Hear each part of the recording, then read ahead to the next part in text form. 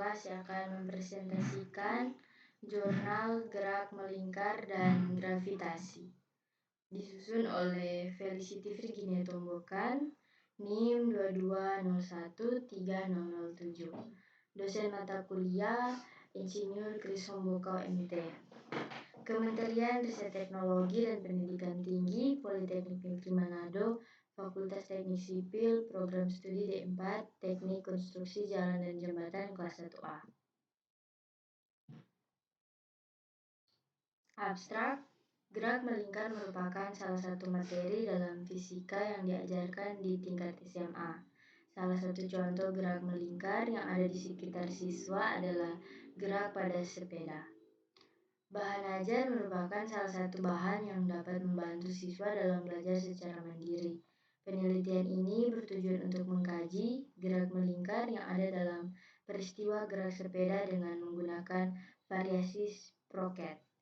Penelitian ini menggunakan 7 sprocket dan kecepatan pedal yang sama untuk setiap variasi sprocket.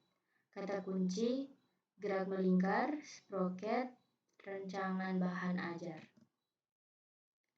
Metode penelitian berdasarkan tujuan penelitian. Jenis penelitian yang digunakan dalam penelitian ini adalah analisis deskriptif.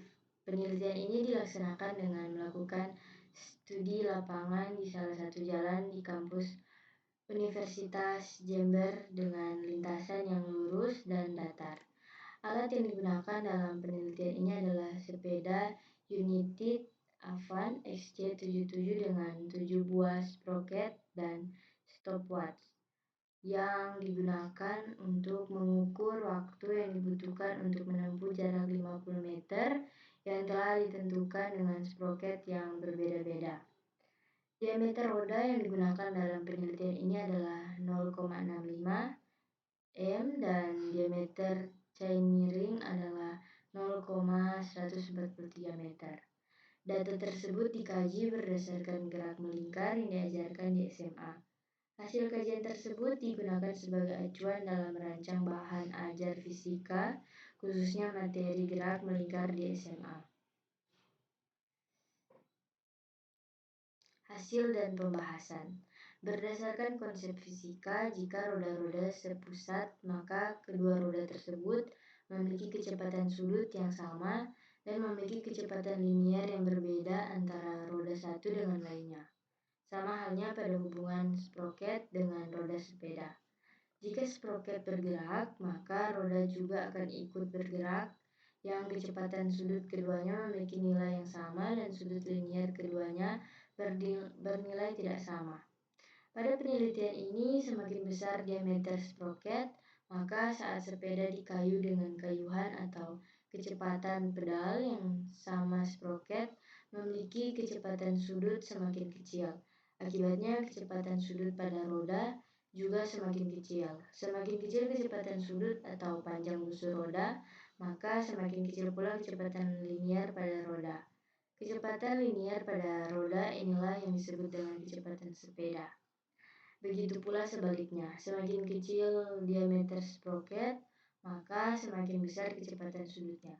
Dan kecepatan sudut roda sepeda juga semakin besar. Akibatnya, kecepatan linier roda juga semakin besar.